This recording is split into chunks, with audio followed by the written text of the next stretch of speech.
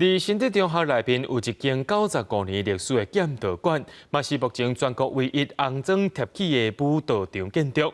对去年2月开始进行修复工程，经过1年多时间，最近也已经完成了。未来也正做多功能的基本电中心。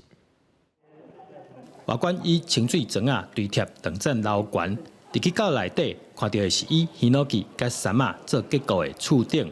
有95年历史的新竹高中剑道馆，过去嘛捌做过图书馆甲合作社，毕业50档的校友讲起过去，拢是回忆。每次中午就来这里看报纸，然后报纸非常充分，而且有《香港时报》、《青岛日报》。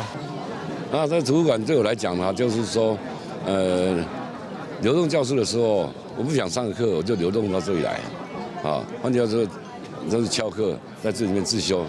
其实学校过去捌为着要兴起音乐馆，暗示要拆除剑道馆，后来经过各界校友的合作，无着修复经费，总算甲保存落来。剑道馆其实对于我们竹中人的记忆是非常的深刻了。那不同年代它有不同的用途哈，有图书馆，有合作社，然后有原住民的教室，有其他的用途。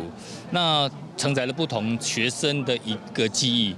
修复完工了后，剑道馆会变作艺文展览中心，希望老建筑会当继续讲故事。